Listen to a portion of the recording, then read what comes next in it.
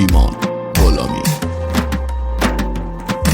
قسم به جان بی کسم، قسم به جان تو که لحظه‌ای نشد دگر فراموشت کنم دمی تو را.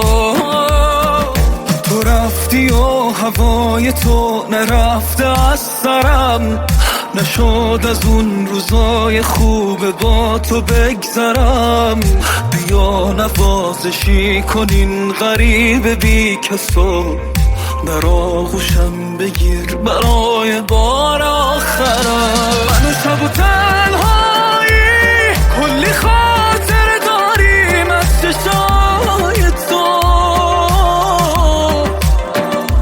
به یاد اون حرفایی که میزدی خوش بودم، بدون تنگ دلم واسه صدای تو.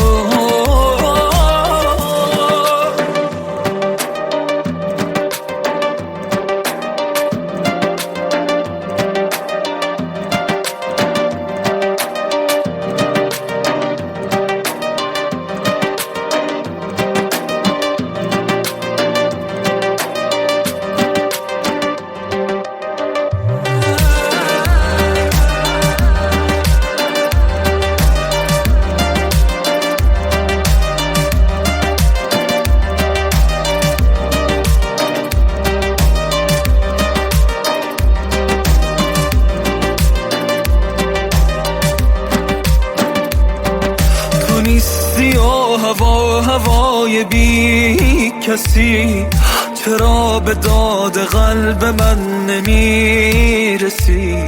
تو رفتی هوا سرد شد، همه هوش و حواسم مرد. ببین چی کار کردی با دلم، نبودی فکر حالم یکم. من شب و